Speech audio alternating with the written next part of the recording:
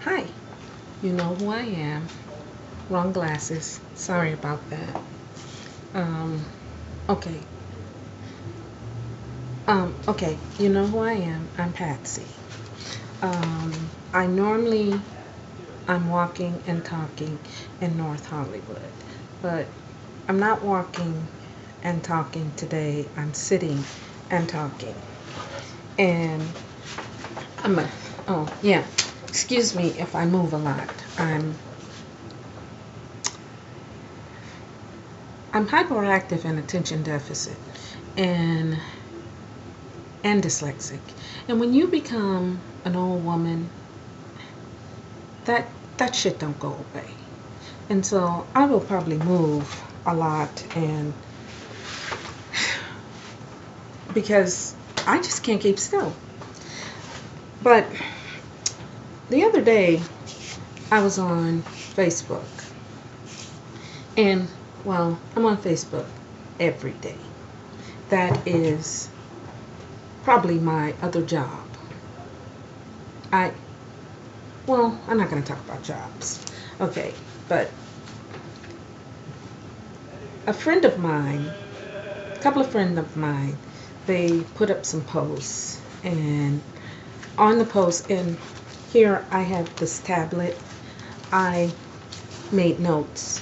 So sometimes when I'm going through my video, you're going to see me flip through and stop and pay attention to my notes. It's because I cannot get focus. Okay? I'll lose my focus, I'll lose my train of thought.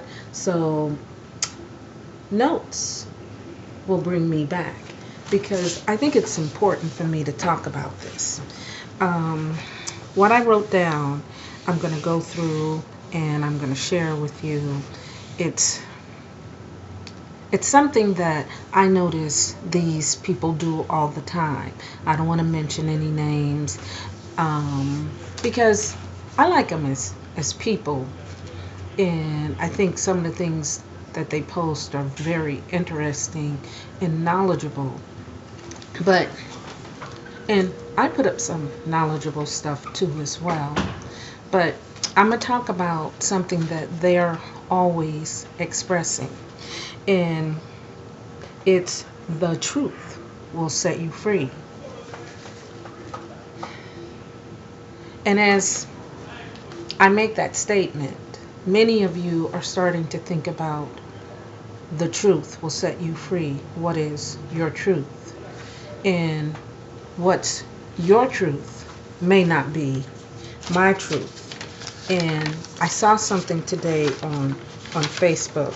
I wrote it down because I wanted to remember it. And I want to share this little thing that I wrote down. It says, what is normal for the spider is chaos for the fly. Morticia Adams said this. And I saw that on Facebook. But I think that's important. What is normal for the fly is chaos. What is normal for the spider is chaos for the fly.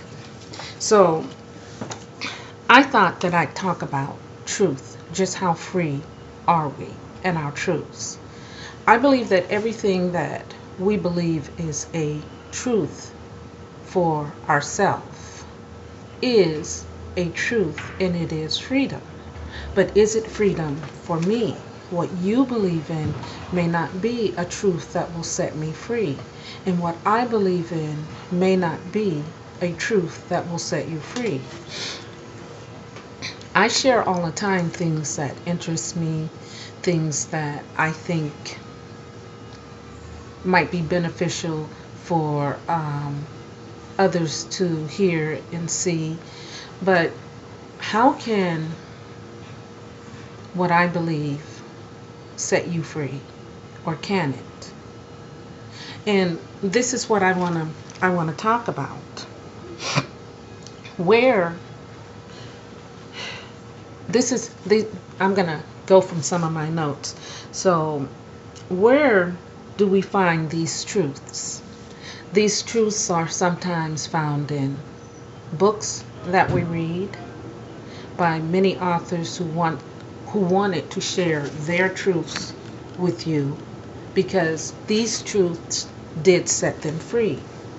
We get our truths from many, many, many Bibles that was written by the faiths that many of you have chosen to believe in, to follow. And those many Bibles and many faiths are each individual's truth. Whatever religion you choose to follow, that is your truth, and that truth sets you free. And when I thought about those things about truths setting each and every one of us free, they were truly right about that. But what I notice these people do is they will take scriptures from the Bible and they will speak about the truths that was written in the Bible, and then they take it and tear it down.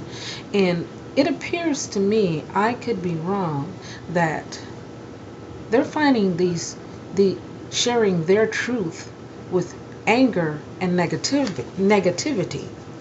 If something is truth that will set you free, shouldn't it be shared with joy? Shouldn't it be shared with love? Shouldn't it be shared with understanding? I was raised Pentecostal. The old people have a saying that these children, or my children, or child, that girl cut her teeth on the pews. And that is a true statement. Where I was raised in D.C., I remember as a child going to church, and my mother always sat in the very same place. And I remember biting on the pew. I cut my teeth on that pew. And I remember two of my younger brothers sitting on my mother's lap in the same place, putting their teeth marks there too, if you understand where I'm coming from. And what I'm saying is that these things are truths for us and for many others. And if you notice, I did what I always do. I lose my focus. But let me stay focused on. Let me come back to that. Is what I was saying was, why, if you are sharing something that will set me free, why is it that you have to do it in anger? Why is it that you have to do it in a negative way? Why can't you just share it and move on? And if I'm interested in following what you feel will set me free, if it's shared with love, I think that I would want to know something about it. It is something I remember reading in the Bible when Jesus commissioned the disciples to go into the land to preach the word, and he told them not to take a lot of money and take only a coat. I can't quite remember. It's been a long time since I read the Bible. And he says, when you preach the word to these people, he says, if they do not receive you, he says, shake the very dust from your feet and keep moving. That means tell them what you think they need to know and move on. You can't force a person to be set free by your rules and your regulations or your truth. And I think, I could be wrong, I'm just sharing some knowledge, I think that that's a little bit on the self-righteous side, and not so much coming from a place of love and understanding. We need so much love and understanding in this world and in this life that we live, that why is it that we can't share in truth and in love, with understanding? Because when you love someone for who you are, I think you're setting them free. And I am going to pause for a moment and I'll be